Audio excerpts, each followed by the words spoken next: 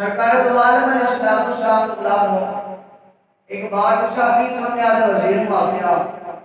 انہیں آکھے یار انہیں میں ایسی گل سنا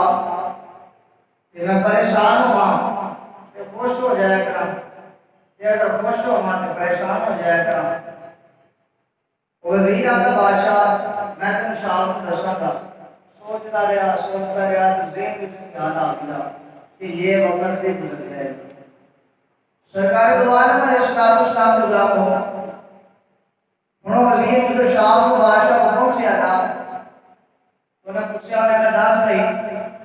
تیرے کا کیا سی کہ میں دکھی ہوں ماں کہ کوئی ایسی میں گال دسی کہ میں خوش ہو جاواں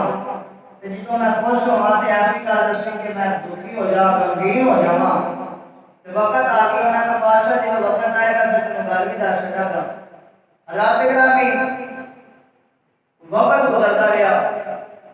جب وقت گزرتا رہا نا ایک دن اوکھا ویلا آ گیا بادشاہ پہ بڑا ہی اوکھا ویلا تے بادشاہ بڑا ہی پریشان تے ادھروں وزیر آ گیا کیا کہتا بادشاہ پریشان نہ ہوئی یہ وقت بھی گزر جائے گا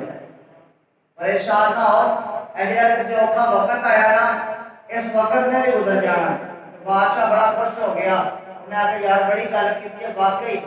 یہ وقت بھی گزر جانا ہے بادشاہ بادشاہ تو صبر کر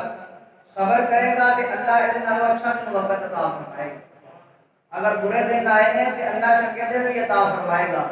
حضرات گرامی ان وقت گزرتا رہا بادشاہ کے سارے دکھ دور ہو گئے سرکار دو عالم علیہ السلام کے غلاموں کے چنگے وقت شروع ہو گئے ان بادشاہ بڑا خوش بادشاہ کو پچھلے وقت یاد ہی نہ کہ میں تے اوکھا وقت میں کوئی آیا بادشاہ بڑا خوش کہ وزیر آیا سارے وزیر اور بھی لوگ کھڑے سن کے وزیر آ کے تو بادشاہ ایڈا خوش نہ ہو یہ وقت بھی گزر جائے یہ خوشی کا وقت ہے یہ بھی گزر جانا ہے تو بادشاہ غمگین ہو گیا انہاں کا واقعی یار جڑا وقت آیا انہیں ایک دن گزر ضرور جانا وقت کسی کی قدر نہیں کرتا وقت کسی واسطے رکتا نہیں بلکہ وقت واسطے سانو رکنا پڑتا ہے وقت کسی کی قدر نہیں کرتا سانو وقت کی قدر کرنی چاہیے